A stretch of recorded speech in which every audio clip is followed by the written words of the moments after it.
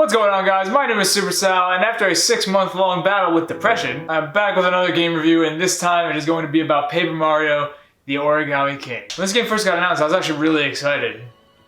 Unlike some people.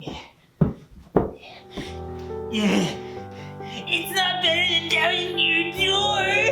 Dude, Origami relax.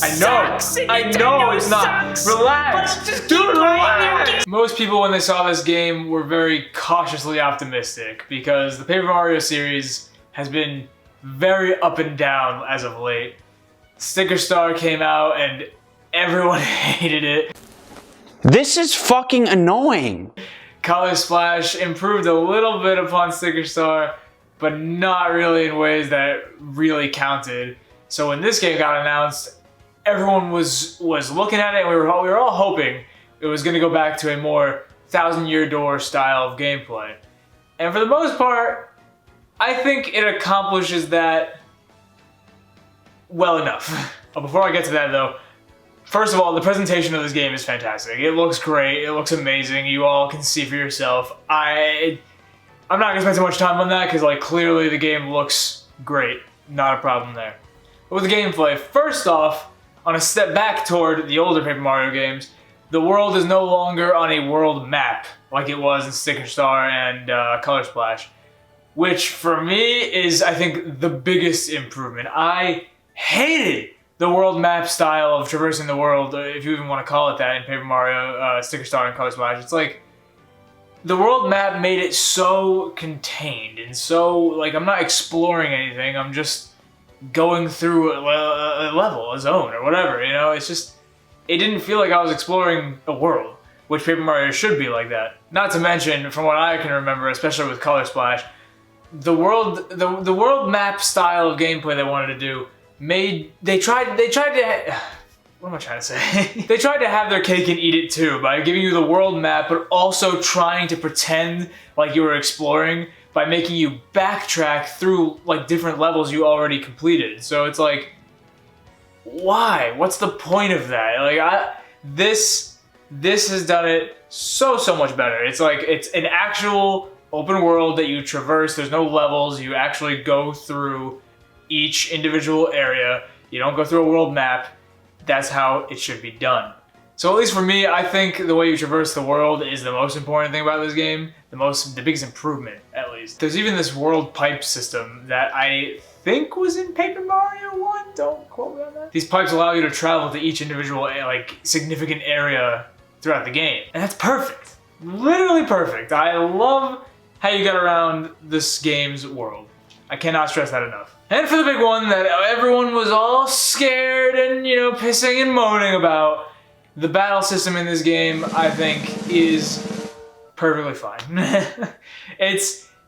know what? No, I take that back. It is not just perfectly fine, it is miles and miles better than what we had in Sticker Star and Color Splash. Like, miles better. The ring system is not my absolute favorite by any means, but it's so much better than individually picking stickers and cards and wasting your life away doing that.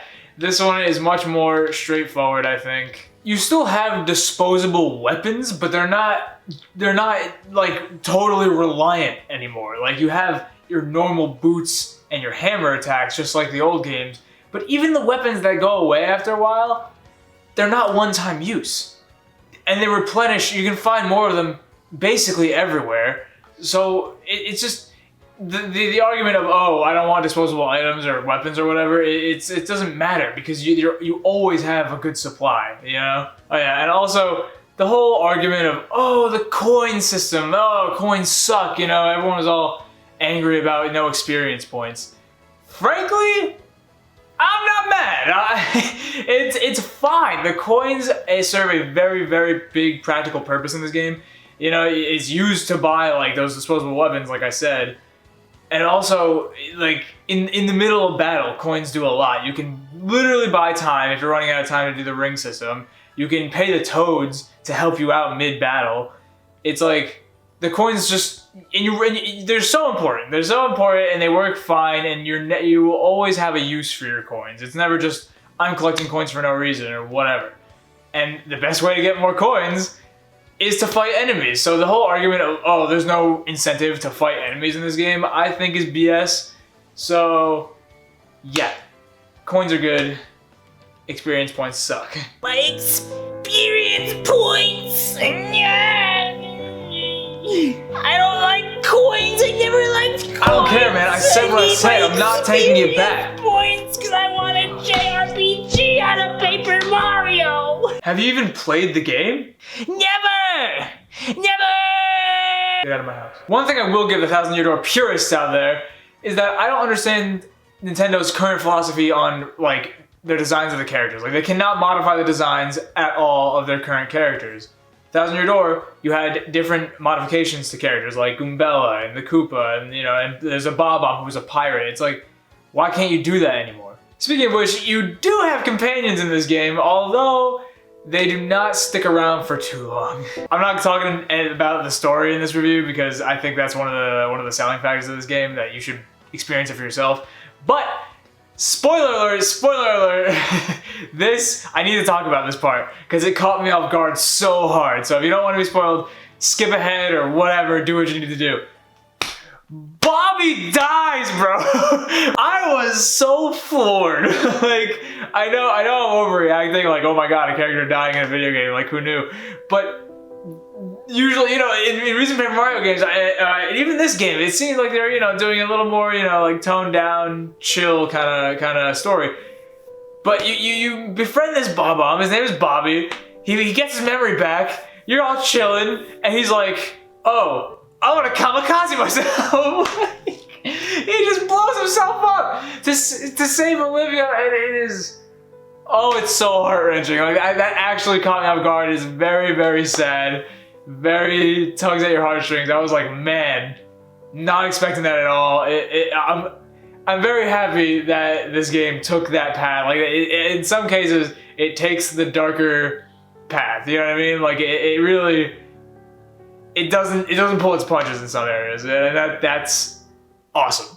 All right, back on topic. So, like I said, exploring the world is fantastic, and I also forgot to mention, your other reward for beating enemies, besides coins, is confetti. Confetti is used to fill a bunch of, like, empty holes and, pieces that Origami have been tearing off of the world, basically. And you know what? I didn't love that hole, because it's very similar to what they did in Color Splash, where, like, colors being faded, so you have to color back in the spots that were missing. I got very bored of that really quickly.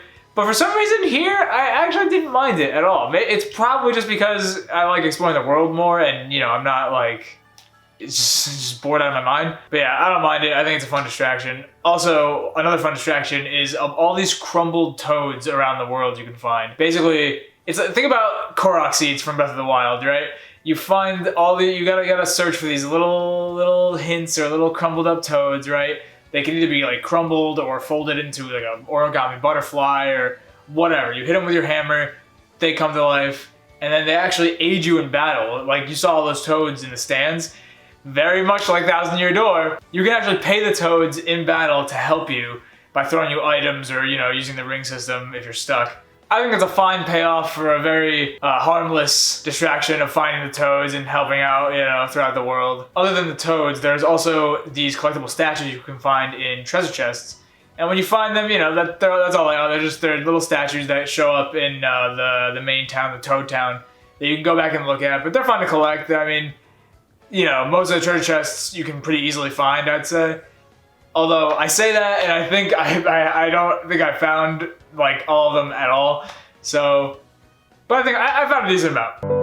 Okay, I think the last two things that I want to talk about without getting into spoilers are the boss battles and the writing. The writing has pretty much always been good. Like even Sticker Star and Color Splash had really good writing, and this game is no exception at all. It has fantastic writing, very funny, very charming. I really can't sing its praises. I can't sing its praises enough. Because honestly, it had me smiling the whole way through, especially the bits when Luigi shows up. It's fantastic. And lastly, the boss battles. I thought I was going to really hate the boss battles because they're all.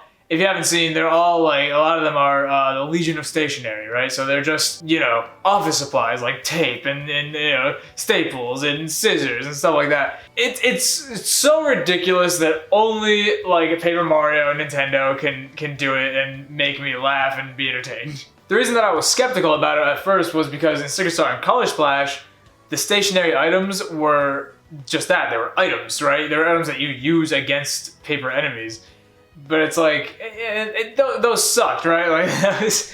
Like, every boss battle, basically, if you didn't have the specific item you needed, the specific real-life item that you needed, you basically couldn't win that fight. So there was no skill, it was just annoying. But here, instead of being obligatory items, you have personalities. Like, they gave tape a personality, and it's so funny. Like, the boss battles, I think, are very, very creative. The writing is all there. I mean, honestly, this game, you gotta play it to understand what I'm talking about with the writing and the creativity. This game is just bursting with charm. And before anybody jumps the gun, no, I don't think this is better than Thousand Year Door. I don't. But I think it is a huge, huge step in the right direction. Characters are great, writing is great, battle system is way better than it was in the last 2 games. World exploration is fantastic.